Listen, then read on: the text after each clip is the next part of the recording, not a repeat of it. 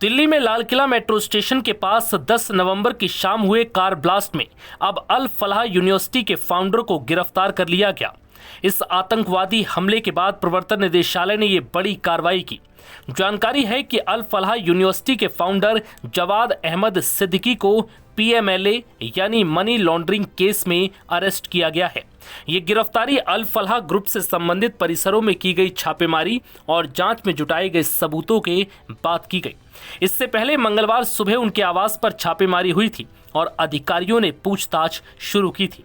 बता दें कि जिन आतंकियों का नाम इस धमाके में सामने आ रहा है, उनका इस यूनिवर्सिटी से कनेक्शन भी मिला है। ईडी अब इस बात की जांच कर रही है कि क्या मनी लॉन्ड्रिंग का ये पैसा आतंकी गतिविधियों और लाल किले पर धमाका करने वाले आतंकवादियों के लिए इस्तेमाल किया गया था। अल फलाह के फाउंडर जवाद अहमद सिद्दीकी की गिरफ्तारी उनके द्वारा किए गए वित्तीय अपराधों में दोषी पाए जाने के बाद की गई। जांच में करोड़ों रुपए की आपराधिक आय सामने आई है, जिसे ट्रस्ट द्वारा परिवार के स्वामित्व वाली संस्थाओं में मोड़ा गया था।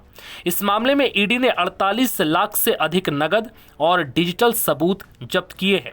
प्रवर्तन निदेशालय ने अल फलाह ग्रुप के खिलाफ दिल्ली पुलिस की क्राइम ब्रांच द्वारा दर्ज की गई 2 एफआईआर के आधार पर जांच शुरू की थी।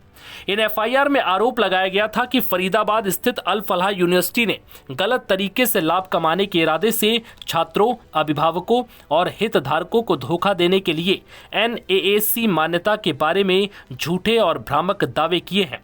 दर्ज एफआईआर में इस बात का भी जिक्र है कि अल फलाह यूनिवर्सिटी ने गलत मकसद से छात्रों और आम जनता को धोखा देने के लिए यूजीसी अधिनियम 1956 की धारा 12B के तहत यूजीसी मान्यता का झूठा दावा किया था। यूजीसी ने कहा था कि यूनिवर्सिटी सिर्फ एक राज्य निजी विश्वविद्यालय के रूप में धारा 2F के तहत शामिल है।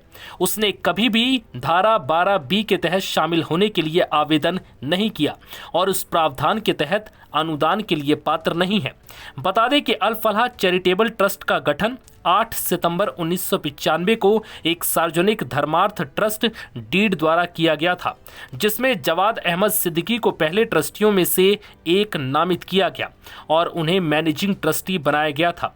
ईडी जांच में खुलासा हुआ है कि इसके जरिए बड़ी मात्रा में आपराधिक तौर पर अर्जित की गई आय मिली है।